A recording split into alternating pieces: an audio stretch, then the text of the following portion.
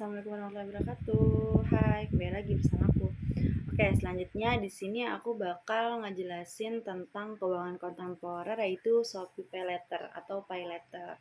Nah, mungkin dalam praktek lapangannya teman-teman udah pada tahu nih ya kan. Mungkin udah banyak juga yang menggunakan aplikasi Shopee ya kan. Nah, mungkin di dalam aplikasi tersebut itu terdapat fitur yaitu uh, Shopee PayLater ataupun kita memesan barang terlebih dahulu kemudian kita bayar di akhir secara dicicil atau diangsur. Nah, kira-kira hukumnya apa nih? Kira-kira boleh nggak sih kita menggunakan Shopee PayLater tersebut? Nah, di sini aku bakal ngejelasin satu persatu ya, teman-teman. Nah, yang pertama, kita harus lihat dari parameter kesesuaian syariahnya. Kira-kira di dalam Shopee PayLater itu mengandung unsur riba, unsur goror ataupun unsur lain-lainnya yang diharamkan oleh agama kita. Nah, setelah kita teliti nih ya, setelah kita lihat bersama dari sistem yang digunakan dalam Shopee PayLater, ternyata di dalam Shopee PayLater itu dia mengandung unsur riba ataupun unsur bunga. Nah, gimana sih unsur bunga itu di dalam yang terdapat dalam Shopee PayLater? Nah, misal ya aku ngambil contoh, misalkan teman-teman menggunakan Shopee PayLater untuk membeli handphone. Nah, misalkan handphonenya itu seharga 2 juta nih ya kan, seharga 2 juta. Nah, ketika teman-teman menggunakan Shopee PayLater, pasti kan itu ada pilihannya ya. Teman-teman itu mau menyicil dalam jangka waktu berapa bulan? Ada pilihan 3 bulan, 6 bulan ataupun 12 bulan. Nah, kalau emang dari sistem Shopee PayLater itu bersih dari riba, maka kita akan membayar cicilan tersebut sesuai dengan uang yang udah kita pinjam di awal, yaitu 2 juta untuk membeli handphone. Nah, tapi di Shopee PayLater tersebut ada yang namanya bunga atau uang tambahan dalam cicilan tiap bulannya. Jadi yang harusnya misalkan kita cicil selama 6 bulan gitu kan, otomatis sebulannya itu sekitar berapa ya?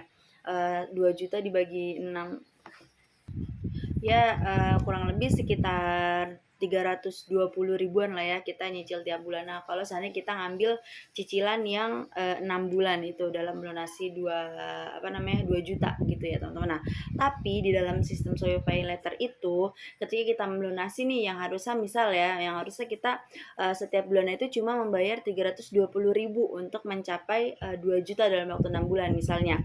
Tapi di dalam Shopee PayLater itu ada uang tambahan ataupun bisa kita sebut sebagai uang bunga lah ya, entah itu Rp2.000 atau Rp5.000. Nah, Rp2.000 itu tersebut adalah ribanya teman-teman. Jadi yang nggak boleh itu adalah ribanya. Jadi total kita membayar utang itu bisa yang harus cuma 2 juta bisa menjadi 2.050.000 atau 2.100.000. Nah, 100 ribunya itu adalah riba. Mungkin diperbolehkan apabila sistemnya itu bukan riba gitu, sistemnya itu bukan keuntungan bagi si Shopee PayLater atau pihak tersebut gitu, tapi bisa jadi kayak emang keuntungan bagi penjual ataupun sistem bagi hasil. Nah, tapi yang ada di Shopee PayLater itu dia adalah termasuk ke riba court gitu teman-teman, jadi tidak diperbolehkan. Nah, selanjutnya adab etika bisnis Islam ya kan, kira-kira di dalam Shopee PayLater itu ada nggak nih adab etika bisnis Islamnya? Kan kita udah tahu nih ya, adab etika bisnis Islam itu mencangkup tauhid ya kan, terus adil, terus yang ketiga itu suka sama suka gitu. Nah, sedangkan di dalam Shopee PayLater itu dia udah jelas ya, karena dia mengandung unsur riba, jadi ketauhidannya atau hubungan antara manusia dengan Tuhannya itu udah nggak ada gitu. Terus adilnya juga kurang karena dia mengandung sistem riba. Otomatis kan apabila kita telat juga nih bayar cicilan Shopee PayLater, itu tuh bakal nambah terus tuh bunga kita gitu. Jadi kan merugikan di si peminjam, terus menguntungkan di pihak yang meminjamkan, seperti itu teman-teman. Nah, selanjutnya ada usul fikihnya.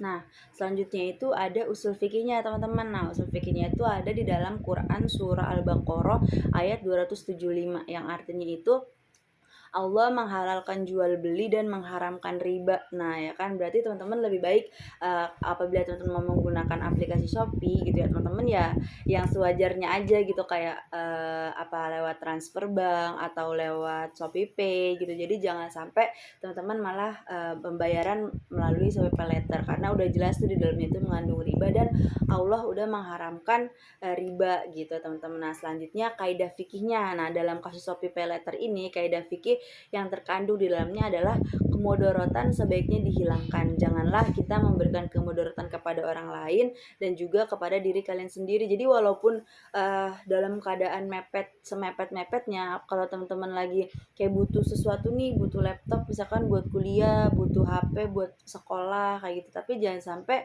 karena kebutuhan tersebut teman-teman malah mendatangkan kemudorotan di dalam hidup teman-teman kayak gitu. Jadi kayak ya lebih baik misalkan minjem ke orang tua kayak gitu, daripada kita harus menggunakan pay letter yang mengandung riba, karena kalau seandainya kita sampai telat bayar tadi ya, itu bakal berat di kitanya karena setiap hari itu bunganya itu bakal nambah terus kayak gitu.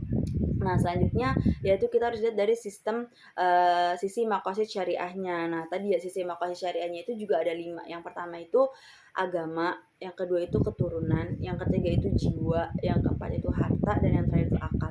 Nah, kira-kira nih, kalau seandainya kita menggunakan pay letter, terus nauzubillahnya, teman-teman itu nggak bisa melunasi dalam jangka waktu 6 bulan tersebut gitu kan, otomatis apa namanya, bunga yang teman-teman dapatin itu tuh tunggakannya tuh terus bertambah. Nah, otomatis kan kayak akhirnya menyulitkan keturunan teman-teman gitu kan, kayak mungkin kalau seandainya udah menjadi orang tua gitu, nanti anaknya yang harus melunasi utang tersebut, yang ditagih sama tim debt collectornya, yang ditagih sama tim ininya untuk disamperin ke rumahnya. Mungkin saudara teman-teman juga ikut terlibat dalam utang teman-teman tersebut gitu. Terus dari sisi harta ya kan, yang ada bukannya teman-teman punya laptop tadi, tapi malah utangnya tuh malah nambah gitu. Laptop mungkin harganya nggak seberapa ya, tapi bunganya itu bisa melebihi harga laptopnya kalau seandainya kita telat terus bayarnya kayak gitu. Terus dari jiwanya juga, coba teman-teman bayangin seandainya kita tuh nggak bisa bayar utang gitu kan, kita tuh dilibatin utang, ditagih-tagih debt collector terus, terus saudara kita jadi kena, akhirnya saudara kita jadi ikut-ikut ke kita, otomatis akal kita keganggu, siapa tahu kita bisa malah jadi sakit gitu kan. Nah, itu kan nggak boleh gitu. Sama ke berikut-berikutnya, jadi udah jelas penggunaan pay letter di aplikasi Shopee Pay Letter ini udah nggak boleh ya teman-teman, udah dilarang gitu, udah jelas-jelas ada ribanya dan jelas-jelas diharamkan oleh agama kita.